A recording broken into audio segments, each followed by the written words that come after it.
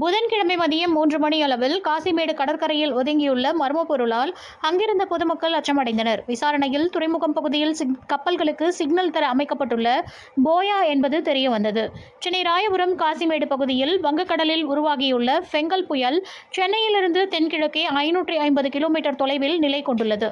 ஆழ்ந்த காற்றழுத்த தாழ்வு மண்டலம் வடமேற்கு திசையில் நகர்ந்து அதிகப்படியான காற்று வீசியதால் துறைமுகங்களில் கப்பல்கள் மற்றும் படகுகள் இரவு நேரங்களில் பாதுகாப்பாக சென்று வருவதற்கு வழிகாட்டியாக துறைமுகத்தில் அமைக்கப்பட்டிருந்த போயா என்ற இயந்திரம் காசிமேடு கடற்கரை பகுதியில் கரை ஒதுங்கியது.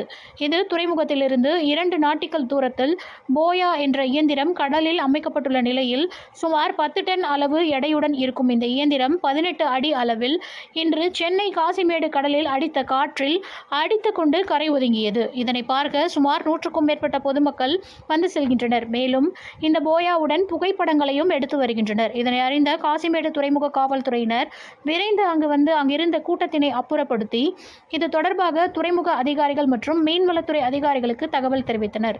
விரைவில் அவர்கள் அங்கிருந்து அந்த இயந்திரத்தை மீட்டு செல்வார்கள் என்பது தெரியவந்தது.